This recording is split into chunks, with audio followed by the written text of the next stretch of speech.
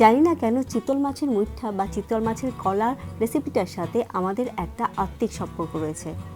আসাম, মেঘালয়া কিংবা ত্রিপুরায় যারা বাঙালিরা রয়েছে তাদের কাছে এই চিতল মাছের মুইঠা চিতল মাছের কলা নামে পরিচিত। তাই ছোটবেলায় যখন শিলংয়ে ছিলাম তখন এই চিতল মাছের মুইঠাকে আমরা চিতল মাছের কলা বলেই জানতাম। হ্যালো বন্ধুরা, আমি কাজরি, রোজ রান্নাঘরে তোমাদের সবাইকে স্বাগত। আজ আমি যে রেসিপিটা নিয়ে এসেছি সেটা হচ্ছে চিতল মাছের মুইঠা, যা আসাম, মেঘালয়া, ত্রিপুরা অঞ্চলে চিতল মাছের কলা বলে পরিচিত। তাই চলো দেখে নেওয়া যাক কীভাবে আমি চিতল মাছের মুইঠা বা চিতল মাছের কলার তরকারিটা তৈরি করছি। আজ আমি চিতল মাছের মুইঠা রেসিপিটাই শেয়ার করব। চিতল মাছের মুইঠা তৈরির জন্য এখানে একটা 1.5 কেজি ওজনের মাছ আনা হয়েছিল। তার মধ্যে 800 গ্রামের মতো ছিল গাদার অংশ, যদিও বাজার থেকে পুরো মাছটাকে কেটে টুকরো করে আনা হয়েছিল। এখানে আমি ধুয়ে পরিষ্কার করে রাখা গাদার অংশটুকু থেকে একটা চামচ দিয়ে চেঁচে বের করে নিচ্ছি মাছগুলো। তবে মাছের কাঁটা যেইভাবে গেছে সেই ডিরেকশনে মাছটাকে চেঁচে বের করতে হবে। আর চেঁচে বের করা মাছগুলোকে আমি একটা বড় বোলের মধ্যে রেখে দিচ্ছি। মাছটা কিন্তু খুব নরম হাতে চেঁচে বের করতে হবে, তা নইলে মাছের সাথে কাঁটাও বেরিয়ে আসবে।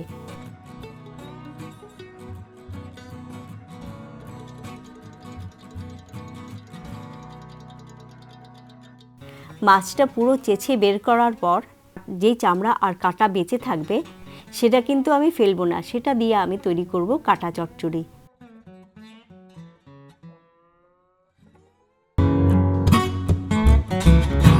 এখানে আমি একটা আলু আগে সেদ্ধ করে রেখেছিলাম।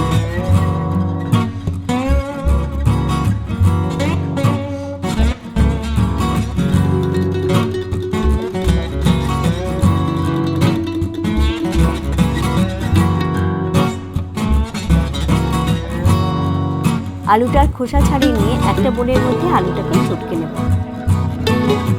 আর ওই আলু দিয়ে দেবো মাছের মধ্যে। আর তার সাথে দিচ্ছি একটা বড় সাইজের পেঁয়াজের পেস্ট।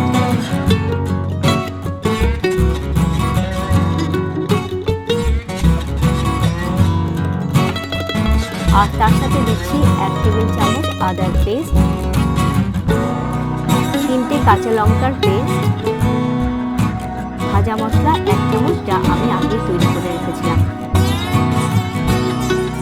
আর দিচ্ছি 1 চামচ গরম মশলা।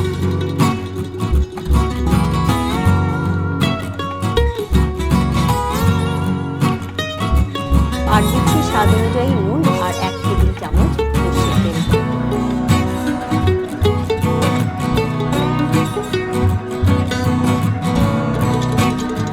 এবারে সবগুলোকে একসাথে মিশিয়ে নিয়ে একটা স্মুথ মিক্সচার তৈরি করব।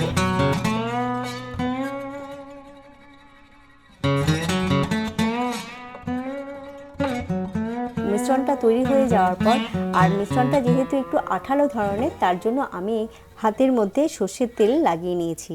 আর মিশ্রণটা থেকে এক একটা ডেলা তৈরি করে গোল লম্বা আকার দিয়ে দিলাম, অনেকটা কাঠের লগের মতো, যার সাইজ লম্বায় 3 আর চওড়ায় 5 ইঞ্চির মতন হবে। আমি এখানে প্রায় 8 থেকে 10টার মতো মুঠা তৈরি করেছি। আমি আগেই বলেছি যে চিতল মাছের সাথে আমাদের একটা আত্মিক সম্পর্ক রয়েছে, কেননা আমরা যখন শিলং কিংবা গৌহাটিতে থাকতাম সেখানে প্রচুর পরিমাণে চিতল মাছ পাওয়া যায় বলে বাড়িতে চিতল মাছ আসতো হামেশাই। তাই মা ব্যস্ততার মধ্যেও মাঝে মাঝে তৈরি করত এই চিতল মাছের মুইঠা, যাকে আমরা ছোটবেলা থেকেই বলে এসেছি চিতল মাছের কলার তরকারি। তবে কলকাতা আসার পর এই প্রথম চিতল মাছ পেলাম, তাই এই সুযোগে মায়ের তত্ত্বাবধানে এই প্রথম আমি রান্না করছি চিতল মাছের মুইঠা।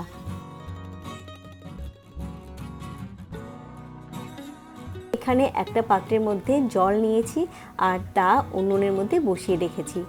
জলটা যখন খুব ভালো করে ফুটতে শুরু করলো তখন এক এক করে দিয়ে দিলাম মুঠাগুলোকে। তবে সবগুলোকে আমি একসাথে দেব না, পাত্রের সাইজ অনুযায়ী আমি প্রথমে 4টেই দিচ্ছি। যতক্ষণ পর্যন্ত না মুঠাগুলো সেদ্ধ হচ্ছে এরই মধ্যে আমি কেটে নিচ্ছি 3টে আলু। এখানে এক একটা আলুকে আমি 4 ভাগ করে নিলাম।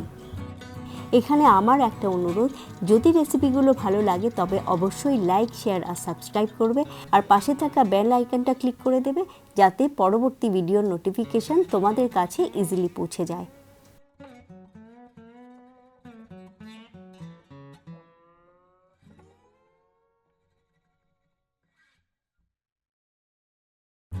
আর আলুগুলো কাটার পর যাতে কালো না হয়ে যায় তার জন্য জলে ভিজিয়ে রাখছি। এরই মধ্যে দেখা যাচ্ছে মুইঠাগুলো সেদ্ধ হয়ে গেছে, তাই এখানে আমি বড় ঝাঁঝরি দিয়ে জল থেকে মুইঠাগুলোকে তুলে নিচ্ছি আর একটা অন্য বাটিতে তুলে নিয়ে ঠান্ডা হওয়ার জন্য রেখে দিচ্ছি আলাদা করে।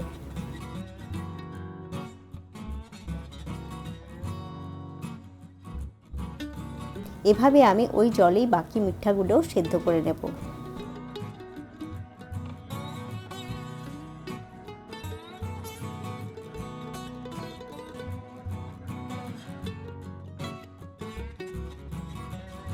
তবে মুইঠাগুলো সিদ্ধ হওয়ার পর যেই জলটা বেঁচে থাকবে সেই জলটা আমি ফেলবো না, সেটা আমি রেখে দেব গ্রেভির জন্য।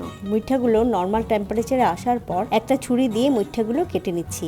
প্রথমে একটা মুইঠাকে দুভাগ করে নিলাম, তারপর এক একটা ভাগকে 3টে করে টুকরো করব।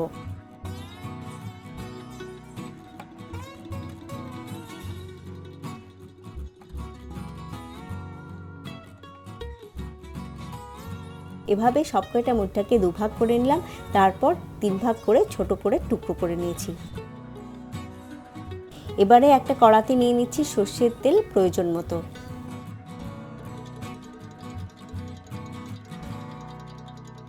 তেল গরম হয়ে এসছে, এবারে এক এক করে ছেড়ে দেব মুইঠার টুকরোগুলো।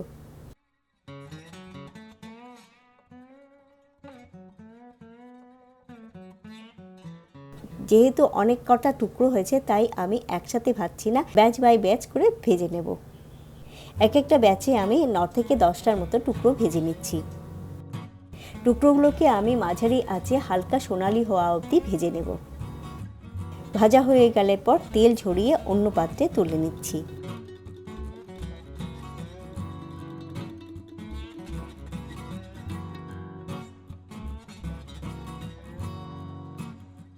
এভাবে আরও 2 দফে বাকি মুইঠাগুলো আমি ভেজে নিলাম।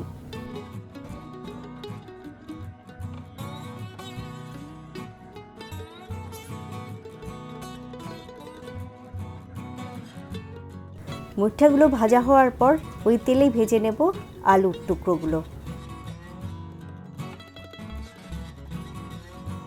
আলুটা ভাজার জন্য সামান্য নুন ছড়িয়ে দেব, আর আলুটা যাতে তাড়াতাড়ি সেদ্ধ হয়ে যায় তার জন্য ঢাকা দিয়ে দিচ্ছি। তারপর আলুটা যখন হালকা সোনালি হয়ে আসবে আর নরম হয়ে আসবে তখন আলুটাকে নামিয়ে অন্য পাত্রে তুলে রাখবো। এখানে আমার একটু তেলের প্রয়োজন ছিল বলে আমি আরেকটু তেল অ্যাড করেছি। তেল গরম হয়ে যাওয়ার পর ফোড়নে দিচ্ছি 2টো তেজপাতা, 2টো শুকনো লঙ্কা আর 1 চামচ গোটা জিরে। তার সাথে দিচ্ছি 1 চামচ আস্ত গোটা গরম মশলা। মশলাগুলোকে 10 সেকেন্ডের মতো ভেজে নেব। তারপর দেব একটা মাঝারি সাইজের কুচনো পেঁয়াজ আর নুন ছিটিয়ে দেব স্বাদ অনুযায়ী। আর পেঁয়াজগুলোকে লাল হওয়া অবধি ভেজে নেব। আর পেঁয়াজটা যাতে ভাজার সাথে নরম হয়ে যায় তার জন্য আমি কড়াটাকে ঢেকে দিচ্ছি। এখানে আমি একটা টমেটো নিচ্ছি, কেটে নেব চৌকো করে।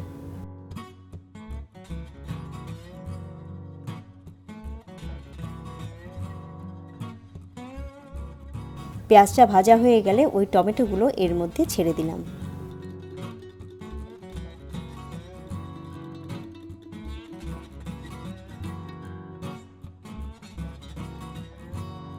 আর এই তেলের মধ্যেই দিয়ে দেব 1 চামচ কাশ্মীরি লাল লঙ্কার গুঁড়ো। মাঝারি আঁচে পুরো মশলাটাকে ভেজে নেব, আর ভাজতে ভাজতে টমেটোর কাঁচা গন্ধ চলে যাবে আর টমেটোটা নরম হয়ে আসবে। তারপর ওতে দেব আদার পেস্ট 1 চামচ।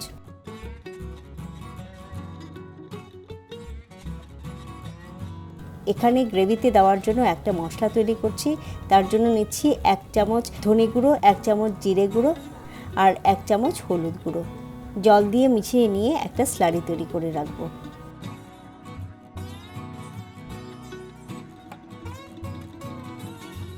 এবারে এই মশলার স্লারিটাও মিশিয়ে নিচ্ছি আর 7 থেকে 8 মিনিট মিডিয়াম আঁচে মশলাটাকে ভালো করে কষিয়ে নেব।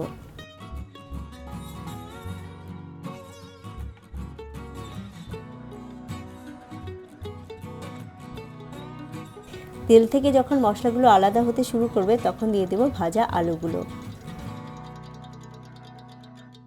মশলার সাথে আলুগুলোকেও কষিয়ে নিচ্ছি এভাবে। আর ওতে দিচ্ছি 1 চামচ চিনি। চিনিটা গলে যাওয়া অবধি আর একটু কষিয়ে নিচ্ছি।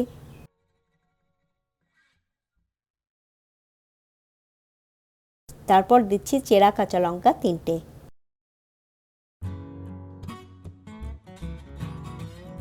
আলুটা ভালো করে মশলার সাথে ভেজে নিয়ে দিয়ে দেব 1 কাপ গরম জল। এবারে স্বাদ অনুযায়ী নুন দেব, আর যেই মাছ সেদ্ধর জলটা আলাদা করে রেখেছিলাম সেটা থেকে আরও 1 কাপের মতো জল দিচ্ছি গ্রেভির জন্য।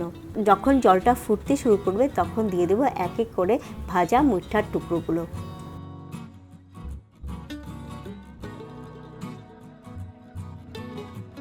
সমস্ত মুইঠার টুকরোগুলো দেওয়ার পর প্রায় 10 থেকে 15 মিনিটের মতো সময় লাগবে পুরো তরকারিটা ভালো করে ফুটে উঠতে। এর মধ্যে খুন্তি দিয়ে তরকারিটাকে নাড়িয়ে দেব যাতে মুইঠাগুলো তরকারির সাথে মিশে যায়।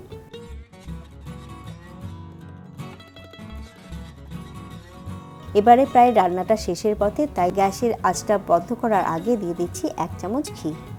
এবারে হালকা হাতে ঘিটা পুরো তরকারির সাথে মিশিয়ে নেব।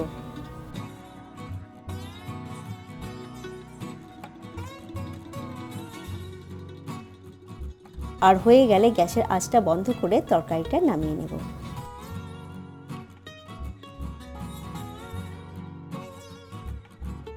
আর দুপুরের লাঞ্চ কিংবা রাতের ডিনারে গরম গরম ভাতের সাথে পরিবেশন করো চিতল মাছের মুইঠা।